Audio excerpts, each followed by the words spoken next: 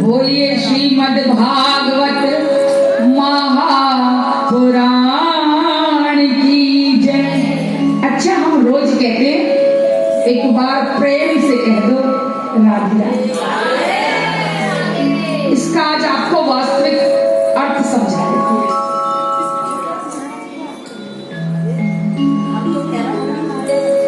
प्रेम से राधे राधे कहने का मतलब क्या है? कौन है ये प्रेम? क्या है ये? कहाँ मिलता है? क्योंकि बंधुओं, भागवत जी का सार है प्रेम। और आज सप्तम दिवस आ गया, विश्राम वेला।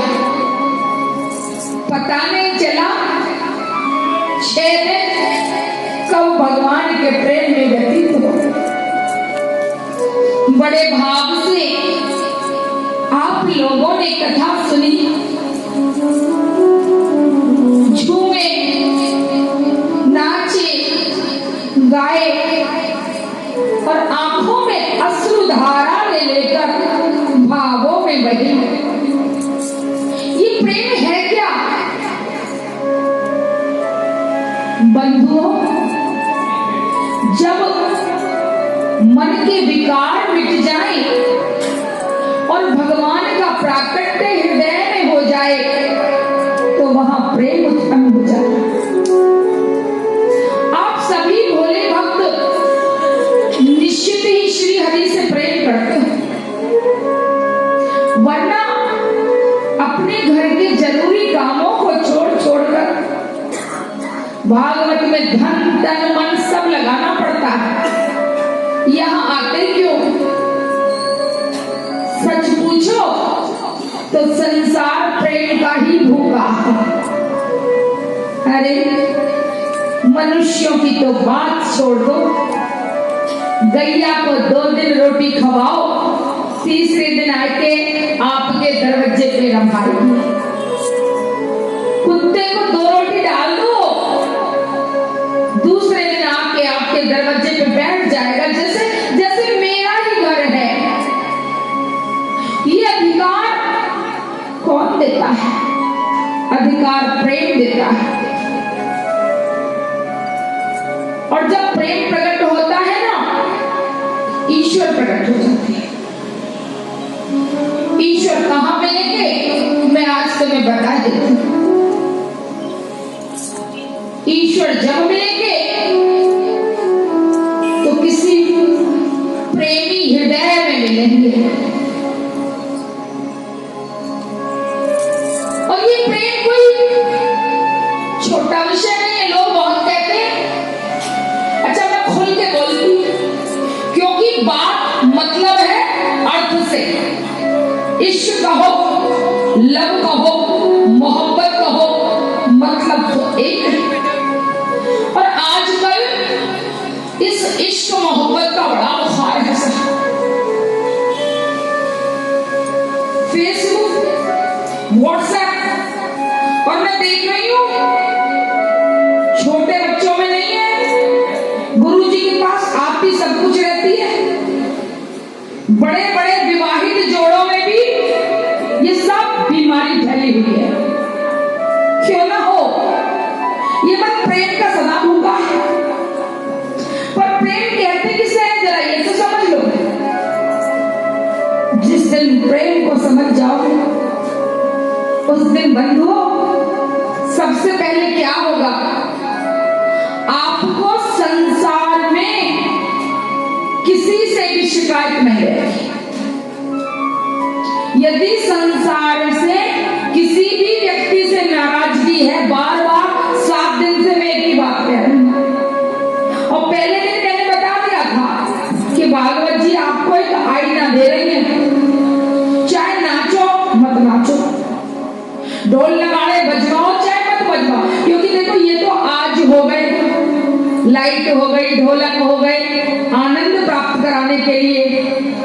पर जब सुखदेव भगवान ने कथा कही तो राजा परीक्षित का एक ही उद्देश्य था। क्या उद्देश्य था? कि गुरु के ज्ञान की बातों को सुनकर मेरे हृदय में हरि कैसे प्रकट हो, और यही गुरु जी का उद्देश्य था। क्यों था ये उद्देश्य? क्योंकि राजा परीक्षित को कथा के बाद ये नहीं था कि सुख होगा, बल्कि उसे तो पता था मेरा तो जीवन ही खत्म होने वाला है, इसके बाद तो जिंदगी नहीं है, और जो जिंदगी है वो अभी है। तो राजन जो कथा सुन रहे थे वो जीवन को सुंदर बनाने के लिए नहीं सुन रहे थे, परीक्षित कथा सुन रहे थे मृत्यु को सुंदर बनाने के लिए। और भागवत जी का बंधु यही सार है कि हमारी मृत्यु कैसे सुंदर है। भोले भाले व्यक्तियों को पता ही नहीं है, मैं सच कह रही हूं, सबके अंदर मैंने तो आज तक दुनिया में कोई दुष्ट नहीं देखा, और भगवान दिखावे देता। बड़े से बड़ा जो अपने आप को ये कहता हो कि मैं क्रूर हूं, आतंकवादी हूं, राक्षस हूं, मुझे लगता है कि कोई क्रूरता नहीं है, बस भटका हुआ है, और अभी हरि की कृपा नहीं हुई है। श्री वाल्मीकि जी, शायद मैंने आप लोगों को बताया भी था उस दिन, मरा मरा मरा मरा मरा मरा मरा राम कहते कहते राम को पा गए। तो क्या आप और हम राम को नहीं पा सकते? तो फिर क्या क्या है ये पर्दा? देखो, उस पर्दे को जब तक नहीं सुनोगे, नहीं समझोगे, तो ये सोच लेना किसी ने भागवत जी ने चाहे जितनी अच्छी व्यवस्था दे दी हो, पैसे को पानी की तरह बहा दिया हो, बढ़िया व्यास जी बुलाए हो महंगे वाले, क्योंकि आजकल हम देख रहे लोग बढ़िया किसे कहते हैं, बोले जिसका दाम ऊंचा होता है बढ़िया वाले व्यास जी हो, क्योंकि सस्ता पैसा लेने वाले तो घटिया। सच बता, हमने तो अनुभव में आ रही है ये बात, लेकिन हमारे मायने में कथा की सफलता किसे कहते हैं? ना तो इसे कहते ना अच्छे से भगवान लाज रखना, कथा सफल हो जा, कथा सफल हो जा, कथा सफल हो जा। ना तो इसे कहते हैं कि आपने ढोल बैंड बाजे कितने पैसे में किए और कितने आए। ना इसे कहते हैं कि भजन कितने हुए, कौन कौन से सिंगर के भजन गाए गए, और ना ही इसे कहते हैं कि व्यास जी कितने संस्कृत के श्लोक बोल के गए, कितने ज्ञानी थे, और ना ही इसे कहते हैं कि झांकी कितनी सुंदर दिखाई गई। क्योंकि देखो, झांकी आती है, भगवान का स्वरूप है, बड़ा अच्छा लगता है, प्रभु आए। कल हमारा भी मन खिल गया, प्रभु ने जब गले से लगाया, जबकि वही बच्चा जब सादा में हमारे पैर छूट गया तो हमने उसकी तरफ देखा नहीं, ठीक है बेटा राधे राधे खुश रहो, लेकिन वही बच्चा जब कृष्ण रूप में आ गया तो उस एक पल की वीडियो को हमने 1000 बार देख लिया अब तक, क्योंकि मेरा प्यारा मुझे गले लगा, भावों में भगवान। तो कथा की सफलता किसे कहते हैं? जब कथा को सुन के किसी के विचार बदल जाए, उसके जीवन जीने का ढंग बदल जाए, उसकी मंजिल बदल जाए। सच बताना, क्या कभी अकेले में बैठ के आप लोगों ने ये सोचा है कि हम इस धरती पे आए क्यों हैं? यदि आप ये समझते हैं कि जन्म लिया, उसके बाद पढ़ाई करो, पढ़ाई के बाद नौकरी, नौकरी के बाद शादी, शादी के बाद बच्चे, और फिर इनके बच्चे, और उसके बाद बुढ़ापा, बुढ़ापा के बाद मर जाओ, तो सुनो, खाली नौकरी नहीं करते बस, बाकी ये सब काम तो जानवर भी कर रहे हैं। एक सुअर भी बच्चे पैदा कर रहा है, कुत्ता भी बच्चे पैदा कर रहा है। तो ये बताओ कि आप में और नाली में पड़े रहने वाले सूकर में फर्क क्या है? फर्क एक ही है। उस बेचारे के पास में भगवान ने विवेक बुद्धि नहीं दी, और ऐसी बुद्धि नहीं थी जो सत्संग सुन के अपने जीवन को सुधार सके। और आपको भगवान ने ये मानव जन्म दिया है। ये मानव जन्म आप नहीं जानते, अज्ञानी हो, भूल गए हो। आप हो कौन, आप ये भी भूल गए। कोई है आपसे जो बहुत प्रेम करता है, बहुत बहुत प्रेम, और आप उससे बिछड़ गए क्योंकि उस प्रेमी की मजबूरी है। वह उसी को अपने पास रख सकता है जो सद्गुणी हो।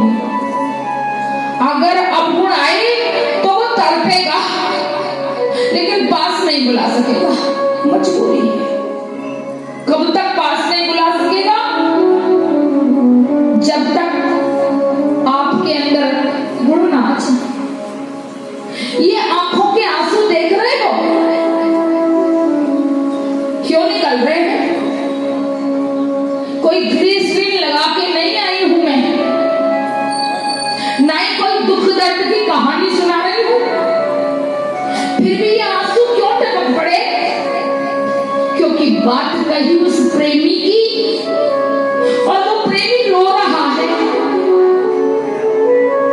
वो तड़प रहा है आप लोगों के लिए कि मेरे प्यारों, चल दिया तुमने तो, दिखा दिया अपना दर्द के मैं छटपटा रहा हूं। भगवान आ जाओ, कभी भगवान का दर्द भी जाना है। युगों से तुम्हारा इंतजार कर रहे हैं वे, युगों से तुम्हें पुकार रहे हैं, और तुम अपने आप को माया के चक्कर में भूले बैठे हो। तुम्हारे अंदर अनंत शक्तियां हैं, अनंत शक्तियां। बंधुओं, बार बार एक ही बात बता रही हूं। क्यों बता रही हूं? क्योंकि ये जो व्यासपीठ है, ये गुरु की भूमिका निभाती है। और गुरु ना तो स्त्री है ना तो पुरुष है, ना गुरु का कोई अपना है ना पराया है। गुरु सबके लिए एक समान अच्छी अच्छी बात कहता है। मान लोगे तो गुरु जी को खुशी होगी, क्यों? मेरे चेले का कल्याण हो गया। ना मानोगे तो गुरु जी उदास हो गए। गुरु जी को तब कुछ मिलना ना तब कुछ मिलना, गुरु जी का तो सुख केवल अपने चेला का कल्याण है। क्योंकि अगर चेला ने नहीं मानी, नहीं समझी, तो उसके जीवन में आगे बहुत दुख आने वाले हैं। और गुरुदेव आपको उन दुखों से बचाना चाहते हैं। बार बार 7 दिन से एक ही बात कही गई कि बहुत आसान सी विधि बता रही हूं ये परखने की कि आप कितने भगवान की तरफ बढ़ गए। जिस दिन दूसरों की बुराइयां नजर आनी बंद हो जाए,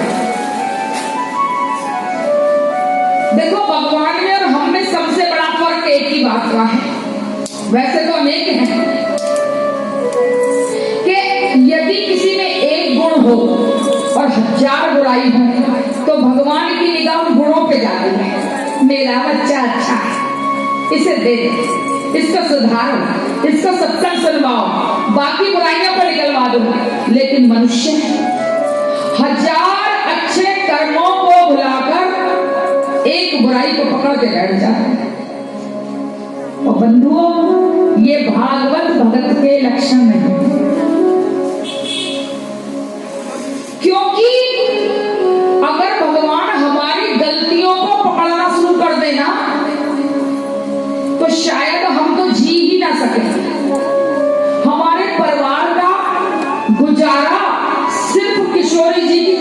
चल रहा है। दूसरे, भागवत जी का सार है मैं और मेरे का नाश। ये जो विजय भैया और इनकी पत्नी है ना भारती जी, कहने को देखो साधारण प्राणी है, लेकिन जानते हो आज किस भूमिका में है? राजा परीक्षित की। क्योंकि कथा सुनने वाला करवाने वाला राजा परीक्षित होता है, और राजा थे वो राजा। बड़े ध्यान देके सुने समझे भैया, आपकी हमारी औकात क्या है? महाराज थे, लेकिन जब जंगल को आए थे ना वन में, तो पहले माया हटा के राजपाट अपने बालक को दे के आए थे। क्यों? क्योंकि सच्चा ज्ञान धनी व्यक्ति को नहीं मिलता, भिखारी को मिल सकता है। मैं और मेरे का नाश ही भागवत जी का सार है। ये मैं हूं। किसी ने बहुत बड़ा भंडारा कराया, किसी ने बहुत बड़ी भागवत कराई, और एक बार उसके मुंह से ये निकल गई, हमने करा ली भागवत, क्या कोई दूसरा करा सकता है? करा के दिखाए। सच कह रही हूं, उसी वक्त सारे किए धरे पे पानी फिर जाता है। क्योंकि तेरी औकात क्या है जो तू भागवत करा ले? तेरे ऊपर न जाने कौन से पितरों का आशीर्वाद है, न जाने तेरा कौन सा कर्म जागृत हो गया है, न जाने पिछले जन्म की कौन सा पुण्य फल तेरे सामने आ गया है, जो आज तुझे प्रभु ने ऐसा मौका दे दिया है। वरना ऐसा भी हो सकता था कि तू यहां खड़ा हुआ किसी भागवत में सिसक रहा होता कि ठाकुर मेरे घर भी आ जाओ। बंधुओं, करा के कह देना और ये कह देना कि वो करा के दिखाए, महापाप है, महापाप। मैं कुछ भी नहीं हूं। देखो गीता में भी एक ही बात बताई गई है, तू सब कर्म कर, लेकिन उन सब कर्मों को मेरे हवाले कर दे। कैसे हवाले कर दे? जो सच्चा भक्त होता है वो कभी सपने में भी ये नहीं सोच सकता कि मैंने करा दिया, ना तो मेरी औकात नहीं थी। अपनी कितनी कृपा है। और भगत क्या कहता है कि मेरा आपकी कृपा से सब काम हो रहा है।